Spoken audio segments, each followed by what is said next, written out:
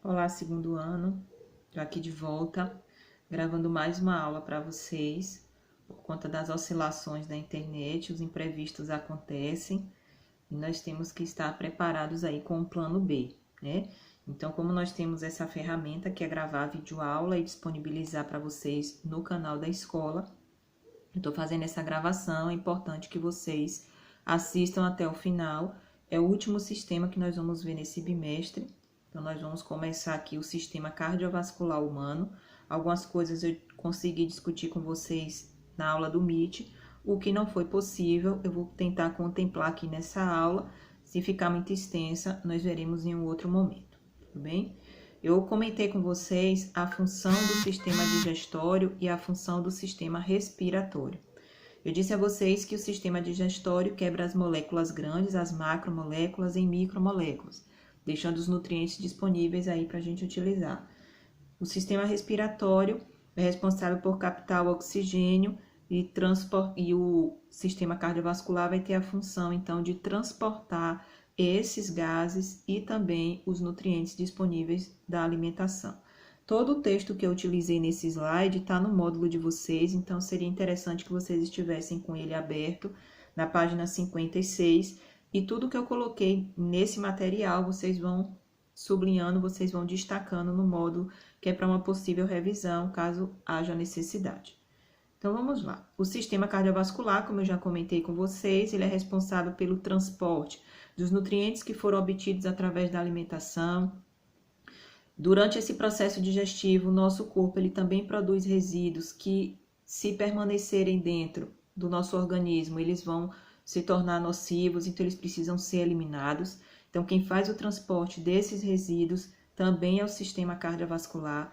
Além de nutrientes e resíduos, eles também têm a função de transportar gases, hormônios e outras substâncias. Esse transporte ele acontece de forma rápida e eficiente e conta com a participação do coração e dos vasos sanguíneos.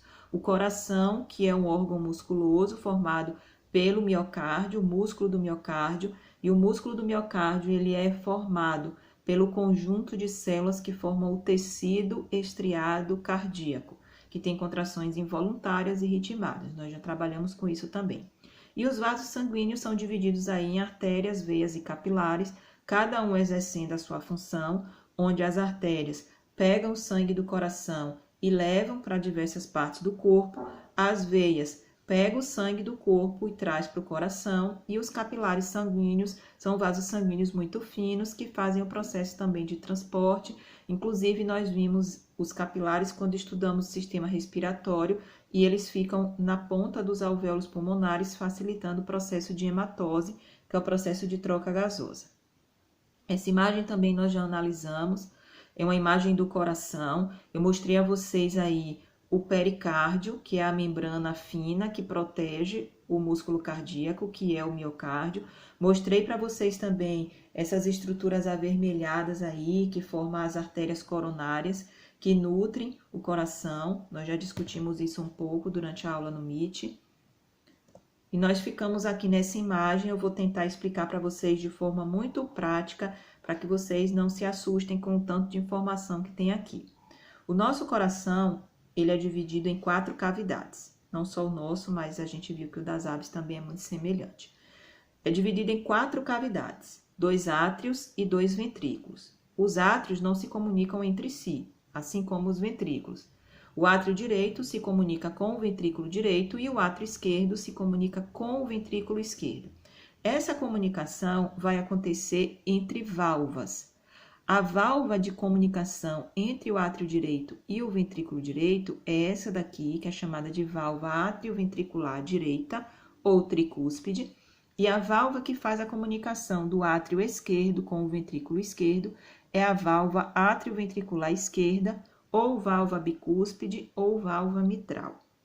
Qual a importância dessa válvula?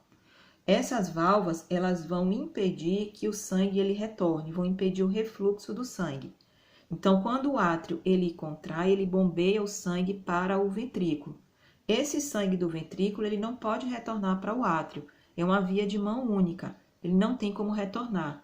Então, quem faz esse impedimento é justamente essas válvulas.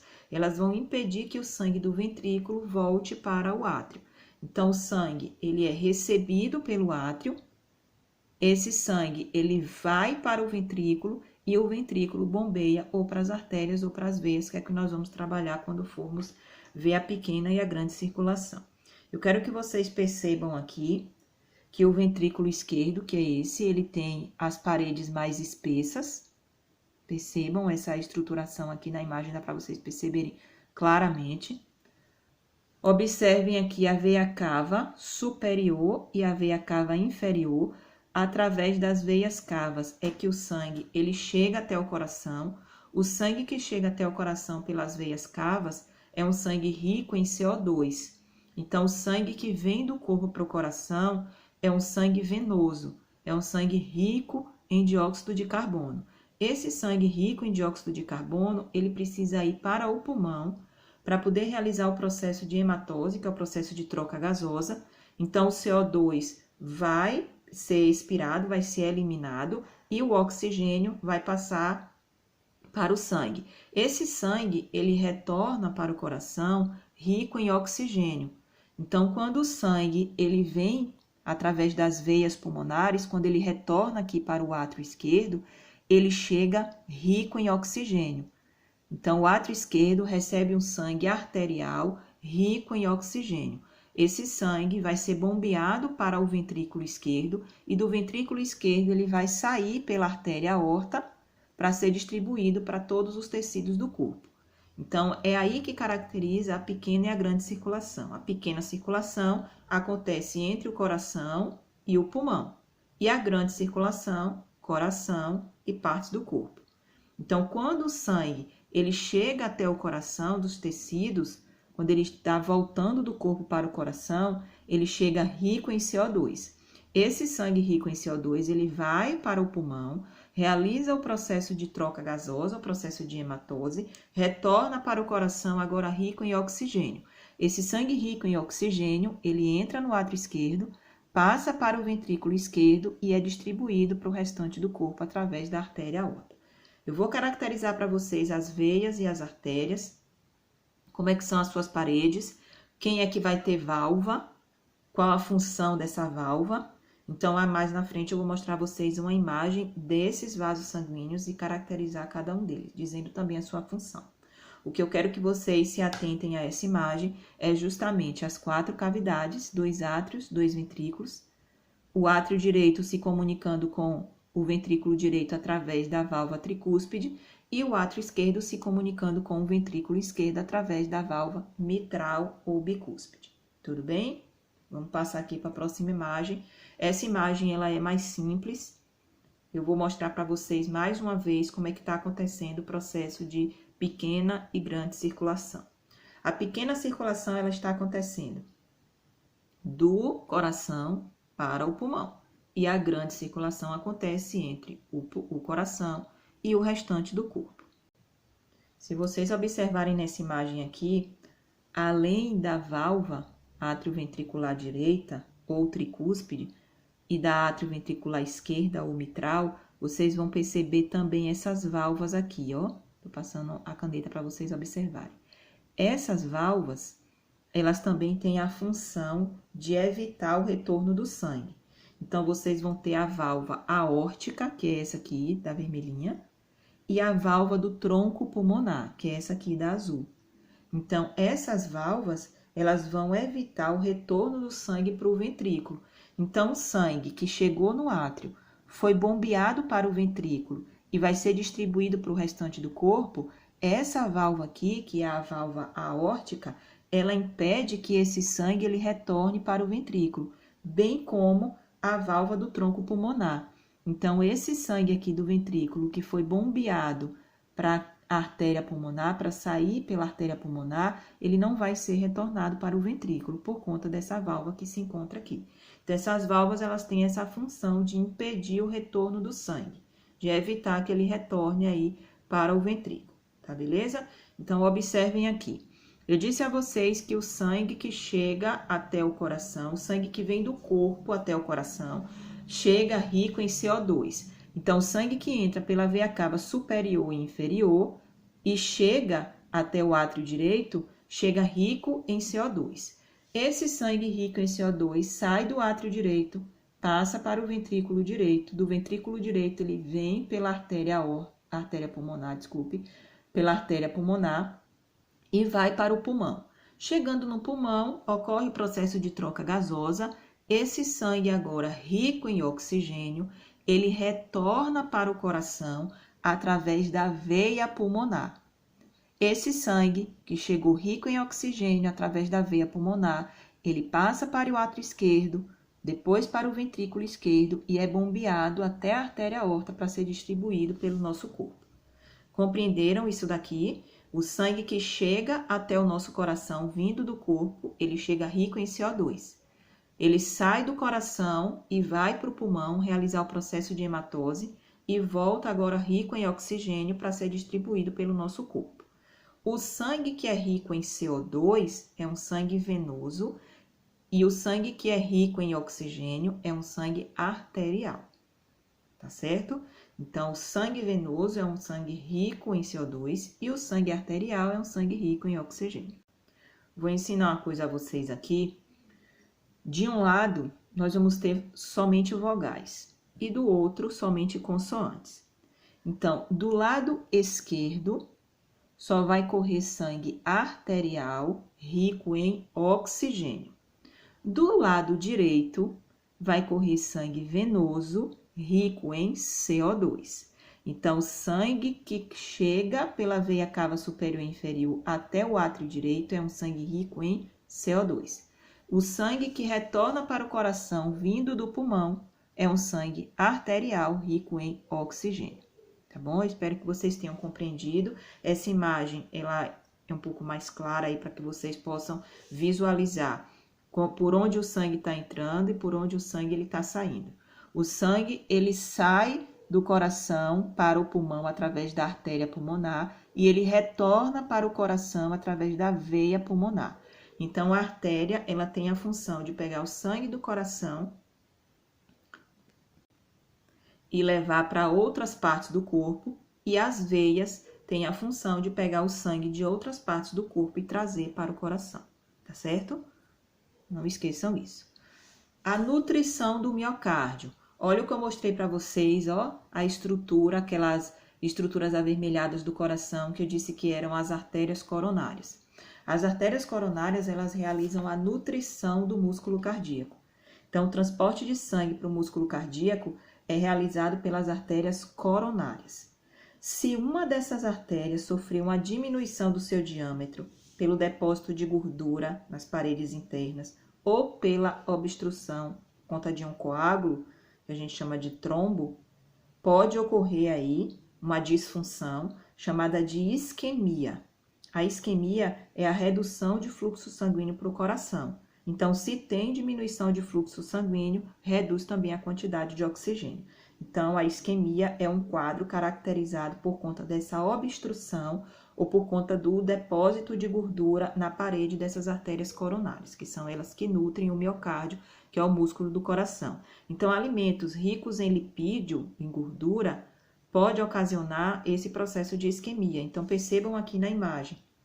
Aqui vocês têm uma placa aterosclerótica, que pode, eu não sei se vocês já ouviram falar em aterosclerose, que é justamente essa deposição de gordura e por conta dessa deposição impede o fluxo sanguíneo, cria-se um obstáculo e o sangue não consegue atravessar. Começam a se formar esses coágulos, que nós chamamos de trombo, consequentemente o sangue não consegue chegar até o miocárdio para fazer a sua irrigação, para fazer a sua nutrição, caracterizando aí um quadro de isquemia.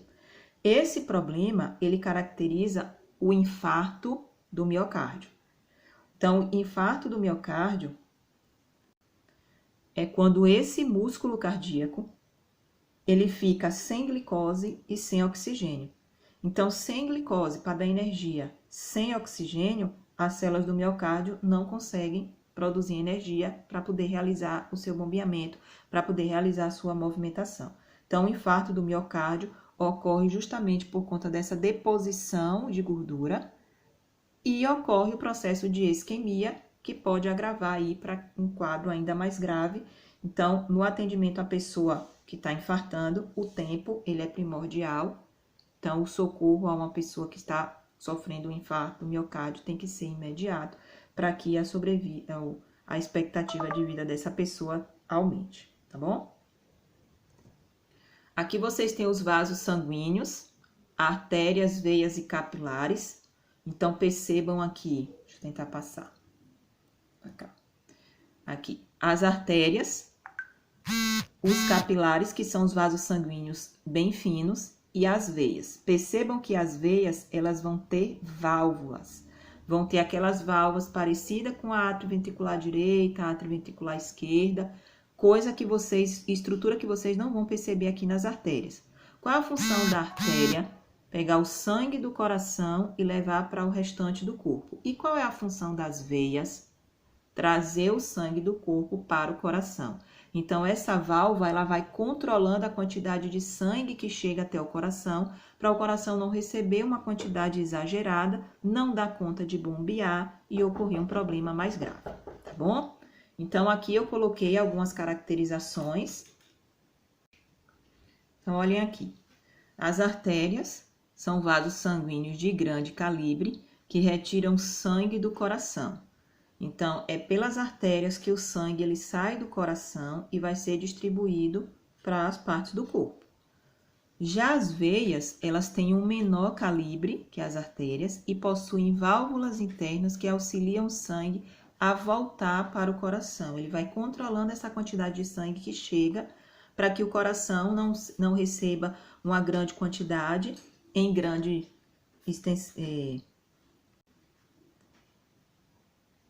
um grande fluxo e não dê conta de bombear. Já os capilares são vasos delicados que ligam as pequenas artérias a pequenas veias no tecidos. Então, nós temos capilares sanguíneos distribuídos por todas as partes do nosso corpo.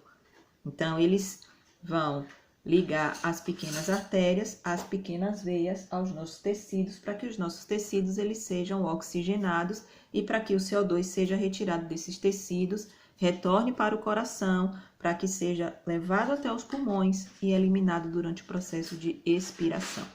Percebam como o nosso corpo ele funciona de forma integrada. Um sistema depende do funcionamento do outro. Então, o transporte dos nutrientes ele é possível porque o processo digestório já ocorreu para que eles estivessem disponíveis. Os gases, para serem transportados, precisou que o sistema respiratório realizasse também a sua função. A gente vai ver mais à frente o sistema excretor. Então, vocês percebam que tudo funciona de forma interligada. Se um falha, se um dá defeito, prejudica o funcionamento do sistema do organismo como um todo. Aqui vocês têm o movimento de sístole e diástole, que é o movimento de contração e relaxamento. A sístole é o movimento de contração e é caracterizado pela saída de sangue para os vasos sanguíneos, e a diástole, que caracteriza o relaxamento, é a entrada de sangue no coração. Então, quando o sangue chega até o coração, ou vindo do pulmão, ou vindo do corpo, através das veias cavas superior e inferior, a gente caracteriza isso como diástole. Já quando esse sangue ele sai dos vasos, nós caracterizamos isso como sístole. Então, quando a gente vai aferir a pressão, esses aparelhos mais modernos, mais tecnológicos, digitais, eles já te dão a informação na tela. A pressão de cis e dis. Cis é a de sístole, que é a máxima, e dis é a de diástole, que é a mínima, que é a de relaxamento. Então, quando a gente diz que a pressão é 12/8, 12 é a sístole, 8 é a diástole, tá bom? Quando o ventrículo esquerdo, deixa eu mostrar para vocês aqui. Quando o ventrículo esquerdo, ele contrai, o sangue, ele é impulsionado para a artéria aorta. Esse sangue que sai da artéria aorta vai ser distribuído pelo nosso corpo. Então, quando o ventrículo esquerdo contrai, o sangue é impulsionado para a artéria aorta e ocorre, então, a pressão máxima, que a gente chama de sístole. Então, a sístole é quando o ventrículo esquerdo ele contrai e o sangue vai ser bombeado para o corpo. Já quando o músculo ele relaxa, o ventrículo ele vai se encher de sangue. Então, a válvula átrio-ventricular se abre, o átrio lança o sangue para dentro do ventrículo. Nesse momento que o músculo está relaxado e o ventrículo se enche de sangue, nós chamamos de pressão mínima, que é a pressão diastólica. Em um adulto saudável, a pressão sistólica ou máxima, ela que a gente chama de 12/8, né? Só que isso é até errado, porque não existe uma pressão normal. Essa questão da pressão vai variar muito de acordo com a pessoa, de acordo com o estilo de vida, atividade física, ação hormonal, alimentação, estresse, a idade. Então, não existe dizer que tem uma pressão normal. Às vezes a pessoa tem a pressão de 13/6 e é normal para ela, para o estilo de vida dela, para as características do corpo que essa pessoa tem. Então, não existe que a pressão, dizer que a pressão é normal. Mas nós temos a convenção aí de dizer que em um adulto saudável, a pressão sistólica ou a pressão máxima é 12 e a pressão diastólica ou mínima é 8, que caracteriza aí o famoso 12/8, né? Aqui vocês têm a explicação da sístole e da diástole. Então, quando o ventrículo esquerdo ele contrai e bombeia o sangue para a artéria aorta, caracteriza aí a pressão máxima, que é a pressão sistólica. Já quando o músculo relaxa e o ventrículo se enche de sangue, é a pressão mínima, caracterizando aí a diástole. Eu coloquei um GIF aqui para vocês compreenderem como é que funciona a pressão de movimento de sístole e diástole, é a contração e relaxamento. Então, percebam que quando o ventrículo ele bombeia sangue para a artéria aorta, é a sístole. Quando o ventrículo recebe o sangue, é a diástole. Então, quando o ventrículo contrai e bombeia sangue para a artéria aorta, pressão máxima. Quando o ventrículo relaxa e enche de sangue, pressão mínima, diástole. Coloquei outra aqui para vocês perceberem o processo de circulação. O sangue que vem do corpo, rico em CO2, chega até o átrio direito, estão vendo? Ventrículo direito. Vai ser bombeado para os pulmões. Chegando no pulmão, ocorre o processo de hematose, que é o processo de troca gasosa. Então, o sangue que chegou rico em CO2, ele vai sair agora rico em oxigênio. Esse sangue rico em oxigênio, ele vai retornar para o coração. Então, ele entra agora pelo átrio esquerdo, ventrículo esquerdo, a artéria aorta distribui para o restante do corpo. Tudo bem? Olhem aí o que é que está acontecendo. Pequena e grande circulação. Então, nesse GIF dá para vocês compreenderem aí perfeitamente, ó. O sangue vê a cava superior e inferior, vindo do corpo rico em CO2, entra no átrio direito, passa para o ventrículo direito. Esse sangue rico em CO2, ele vai agora para os pulmões. Se ele vai sair do coração, ele vai sair por uma artéria. Então, ele vai sair pela artéria pulmonar. Chegando no pulmão, ocorre o processo de hematose, que é o processo de troca gasosa. Esse sangue agora rico em oxigênio, ele retorna para o coração. Se está voltando para o coração, ele retorna por uma veia, chamada de veia pulmonar. A veia pulmonar lança o sangue rico em oxigênio no átrio direito, bombeia para o ventrículo direito e desse ventrículo ele sai pela artéria aorta e é distribuído para o restante do corpo. Fechou aqui? Pronto, deixa eu passar aqui. Olha o que está acontecendo. As veias, elas têm essas válvulas, não é isso? E como é que esse sangue ele vai ser impulsionado? Percebam aí a musculatura esquelética cardíaca. O músculo estriado esquelético, ele fica associado ao osso. Então, olha o que é que está acontecendo aqui. A movimentação desse músculo vai comprimindo as paredes das veias para que esse sangue ele possa ser impulsionado. Então, a pressão sanguínea nas veias é muito baixa, para que o sangue das partes inferiores do corpo, ou seja, o sangue que está lá nas suas pernas, por exemplo, para que esse sangue consiga chegar até o seu coração, ocorrem essas contrações do músculo esquelético. Então, eles comprimem as veias próximas e impulsionam o sangue na circulação de retorno. Para evitar o refluxo, as veias possuem as válvulas, que eu já comentei com vocês, que só se abrem no sentido de volta, então é a via de mão única, não tem retorno. Então, ao sangue que está lá na tua perna, que precisa chegar até o coração, ele realiza esse processo aqui. A musculatura estriada esquelética, que está associada aos teus ossos, vai realizando essa movimentação, vai contraindo e vai comprimindo as veias para que esse sangue ele possa ser impulsionado, chegue até o coração para ocorrer o processo de troca de gases. E aqui, para finalizar, olhem a trajetória do sangue.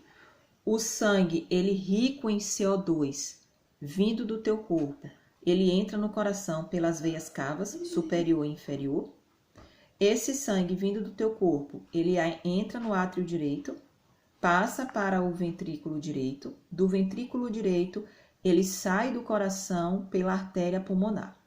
Saindo da artéria pulmonar, ele chega até os pulmões, onde é realizado o processo de troca gasosa, que é a hematose, e esse sangue que anteriormente estava rico em CO2, ele agora retorna para o coração rico em oxigênio. Então, ele retorna um sangue arterial.